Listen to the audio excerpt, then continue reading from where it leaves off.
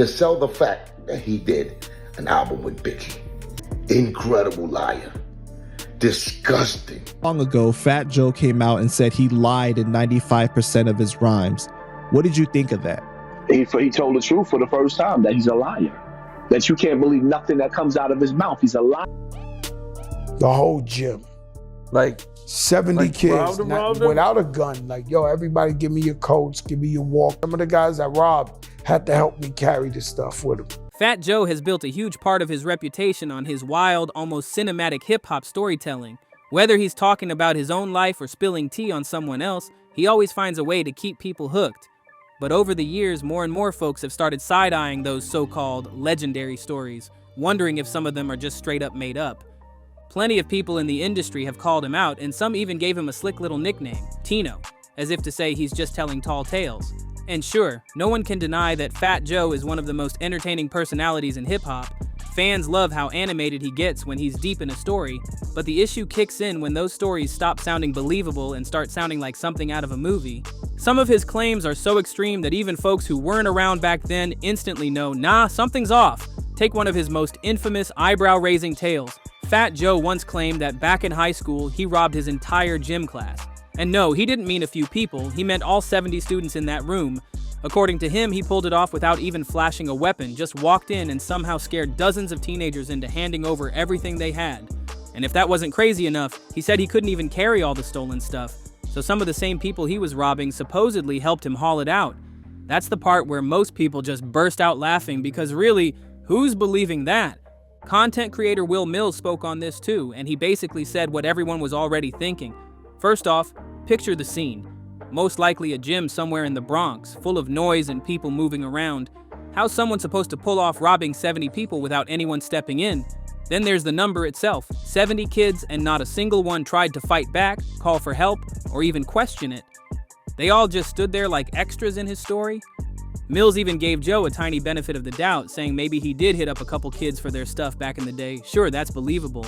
But 70, all alone, and getting help from the same kids he just jacked? That's where the whole thing falls apart, and that wild gym class story, that's just the tip of the iceberg. Fat Joe's dropped plenty of other eyebrow-raising tales, like the one about Tupac that still has people scratching their heads. According to Joe, back in 1995, he was on the radio talking about the infamous East Coast versus West Coast tension. He claimed that something he said on air sparked drama with Puerto Rican inmates who were supposedly in his corner. Then, in a twist straight out of a hip-hop movie, Joe says Tupac, who was locked up at the time, somehow heard about the situation and personally called him from prison. About Tupac and all, I say, yo, he's cool, but, you know, if they step to me, it's gonna be Tupac's locked up upstate in New York. The Puerto Ricans hear that, and they're, Poppy, Tupac got beef with Fat Joe, who pretty much put me in the game. One of my brothers, he said, yo, Joe, I got Pac on the other line. I was like, Pac? On the radio, I don't got a problem with you, Joe. Like this, I know what's up, this. And so, you know, we sent the kite out to the Puerto Ricans and be like, nah. Joe's version is that Pac reached out asking for help with a Puerto Rican inmate who was allegedly giving him trouble. He claimed they talked it out, cleared the air, and there was zero beef.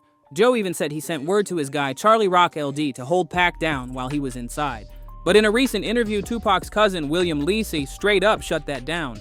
But as far as Tupac being in prison, having to call Joe to keep the Puerto Ricans off his back because they think that he got beef with Joe in the street or some, I don't know about that. Are people that we know. They people that love us. They family members. People was going to walk all over him. That wasn't going to be the situation. He was in prison with people who were strong. He admitted Fat Joe definitely had influence among Puerto Rican folks, but the idea that Pac needed his backup in prison, he said that just doesn't line up with reality. Lisa broke it down. Pac was in a New York State prison run by people who actually liked and respected him. This wasn't some hostile environment where he'd be left on his own. From the moment Pac arrived, strong allies already had his back. People were waiting for him with care packages and looking out for him, even though Pac didn't even want the extra help. Hussein also revealed another key detail. Pac wasn't removed from general population because he was in danger. It was the opposite. He had so much respect and powerful connections inside that prison officials didn't want any incidents, so they kept him in segregation. So the idea that some random Puerto Rican inmate was pressuring Pac so bad he had to call Fat Joe for backup? Yeah, that's where Joe's story completely falls apart. And that's far from the only time Fat Joe's been accused of stretching the truth, because another bombshell claim blew up around his history with Big Pun's family. For years, Joe's told the world he looked out for Pun's wife and kids after Pun passed. He said he gave her money, tried to help her start a business, and made sure she was financially secure. Sounds noble, right? There were people already with care packages for him. Like strong people that is telling Pac, if you got problems, let me know. I'm gonna make sure that the CEOs know blah, blah, blah, and this and that. And Pac telling them, nah, that's all right. I don't need none of you guys to help me. She had hundreds of thousands of dollars. I thought I did the right thing. She spent the money unwisely, right? She comes back and says, Joe, I'm doing bad again. We give her a check out of our pockets. We say, yo, we gotta take. Well, turns out the truth might be the complete opposite. According to Gangugu Roach, a guy who's made a name for himself recovering lost royalties, publishing checks, and hidden earnings for artists and their families, Joe's story couldn't be further from reality. Gangu says he personally took Fat Joe to court on behalf of Big Pun's widow after discovering Joe had allegedly been stealing Pun's royalties for 14 years. The accusation was wild. Joe was supposedly generating fake royalty statements and working with Jellybean Benitez to send these bogus reports to Pun's wife.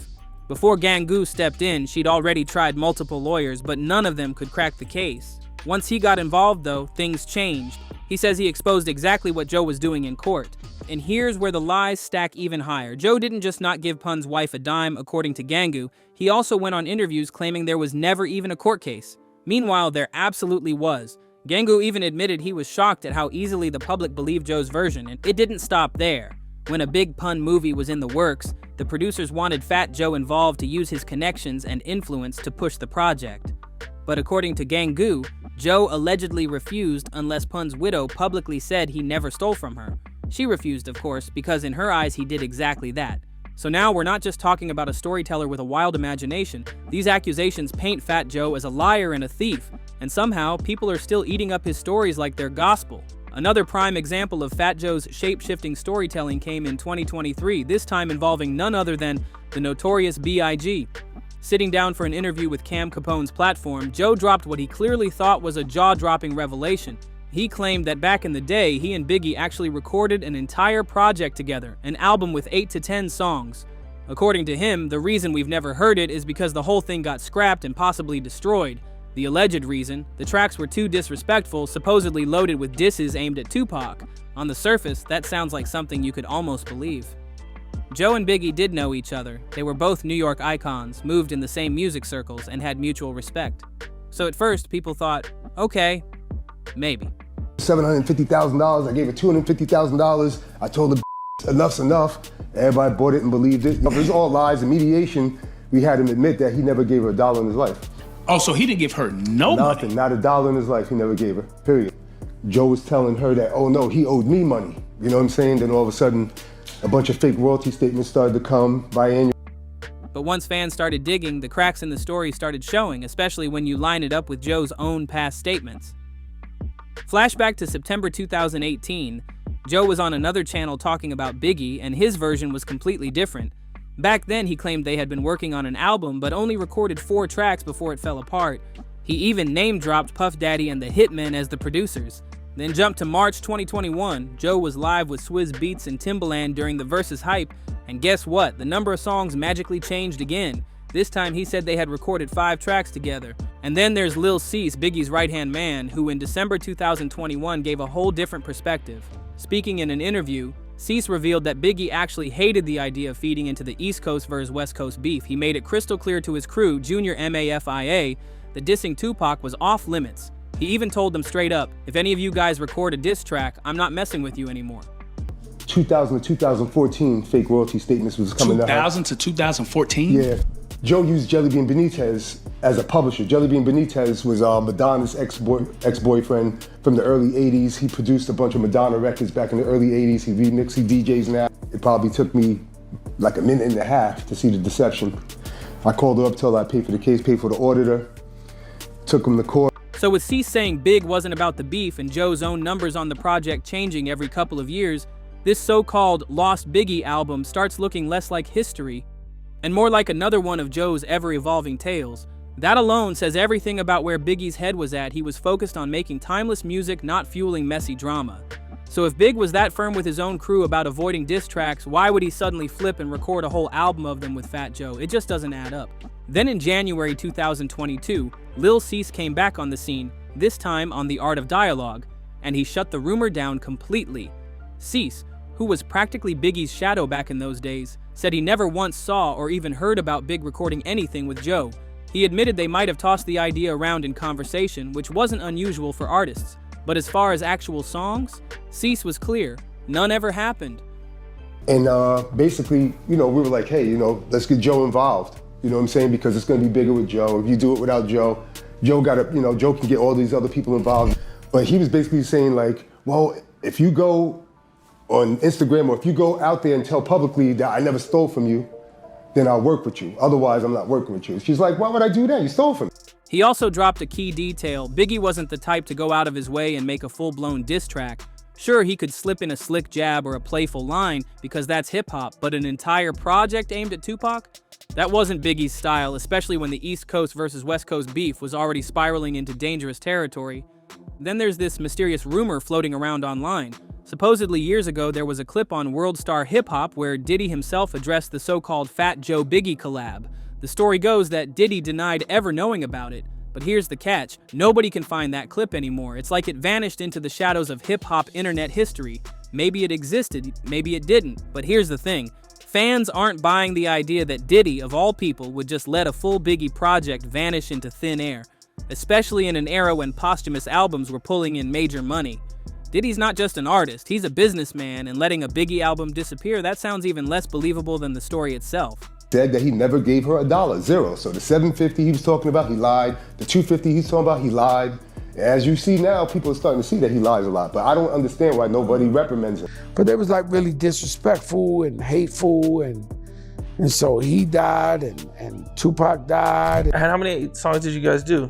I don't know, but a couple, not maybe 8 songs, 10 songs, If there really was music ready to go, Diddy would have probably dropped it unless there was an extremely good reason not to.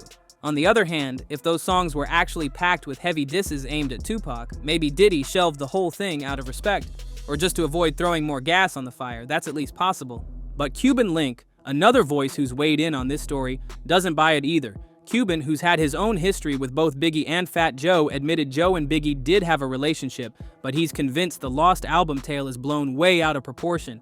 In fact, Cuban has publicly called out Joe multiple times for bending the truth. In one interview, Cuban broke down his own version of events tied to a song Joe claims was part of this so-called mythical Biggie project. Cuban says he, Big Pun, and Fat Joe once visited Diddy's recording studio where they met Biggie. I always say I lie or I say too much. I worked on an album with Biggie. We cut about 5 songs together. And he said that him and Biggie was working on an album together, and he said that they had a whole lot of Tupac disses on the album. How you feel about him saying that? I don't think so.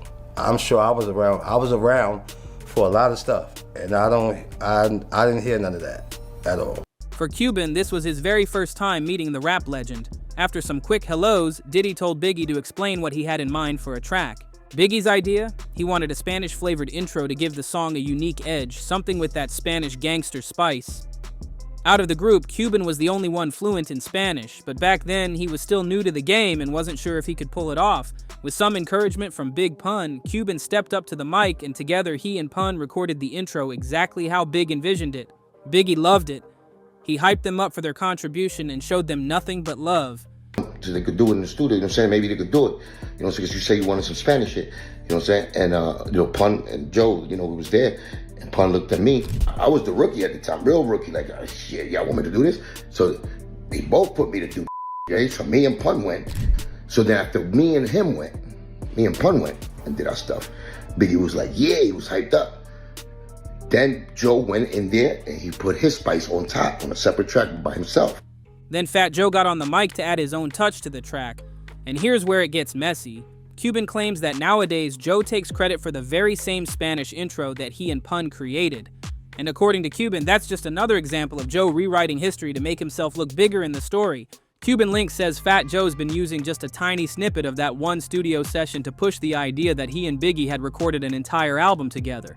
To Cuban, that's not just a stretch, it's a flat-out exaggeration, and he's been loud about calling Joe out for it. So you discovered people. I never said I discovered them. Luke took his demo out of love for hip-hop. For Cuban, the truth is simple. There was no hidden album, no vault of unreleased tracks, just one song they all vibed on in the studio, and that's it. But Fat Joe's controversial claims about Biggie and Tupac aren't the only stories getting people talking. In 2022, Joe sat down for another interview and dropped yet another bold statement, this time saying he was responsible for securing record deals for both Trick Daddy and Pitbull. That flex didn't sit right with Miami hip-hop legend Uncle Luke, who wasted zero time firing back on Instagram. Luke, a pioneer in Miami's music scene, set the record straight with a detailed post. He wrote, "I love Joe, but I find this very interesting because I discovered Trick Daddy. He did his first song with me as soon as he got out from being locked up, and he stayed with me. I also discovered and signed Pitbull to the platinum-selling Luke Records label. He did his first songs with me. Because I'm from Miami, I felt the importance of signing a Cuban rapper, so I discovered him off of battle rap tapes. Maybe I'm missing something here. I do have the receipts, by the way, because you don't see me in all the videos and birthday parties. Yes, I found DJ Khaled on Underground Radio Mix 96 and brought him to mainstream radio. He loved me like a brother. As far as him hearing about me or hearing my music and taking it to somebody to hear it, probably did. For me to think that somebody from the East Coast was going to get a brother from the South, let alone Miami, and take his music and go get him a deal with no points, no strings attached, no nothing, that I don't see that happening. With Luke dropping that kind of detailed timeline and receipts, a lot of fans started questioning why Joe would claim credit in the first place, especially for artists with such well-documented starts in the industry. Luke's fiery clapback got even more backup when NFL legend Deion Sanders jumped into the mix, adding some serious weight to the conversation. He commented, "Tell them, hero." Sometimes they forget. Luke always been that dude. He was one of my heroes and still is. Y'all have no idea what this man fought for. The music you listen to today is because of his heart, conviction, and willingness to fight for what he believed in. That praise lit the comment section on fire. Feeling the heat, Fat Joe went live with Uncle Luke to clear the air. But instead of putting out the flames, his explanation had fans wincing. Joe tried to walk back his earlier claim, saying he never meant he discovered Trick Daddy and Pitbull, just that he played a role in getting them signed. But as Joe talked, Luke sat there looking visibly puzzled, almost like he couldn't believe what he was hearing. Fans weren't buying it either. Social media lit up with people calling Joe's explanation sloppy, disjointed, and straight up unconvincing. Joe insisted he took their demos purely out of love for hip-hop. But the timing and details still didn't line up. Even Trick Daddy himself jumped into the conversation and he didn't mince words. From his perspective, the idea of an East Coast rapper like Fat Joe helping a Miami artist land a deal back in those days just didn't add up. He explained that in that era, there was real tension between East Coast and Southern rappers. There was no Southern artist that was doing any kind of work or had affiliations with the East Coast rappers because they weren't on good terms, Trick said. Then he made it crystal clear. So for him to think that somebody from the East Coast would go get a brother from the South, let alone Miami, and take his music to go get him a deal with no points or strings attached, I don't see that happening. And honestly, Trick's take made perfect sense to a lot of people, especially considering how divided the scenes were back then. Many pointed out that East Coast rappers often looked down on Southern artists at the time, making the idea of Joe going out of his way to push Trick's music seem like a stretch.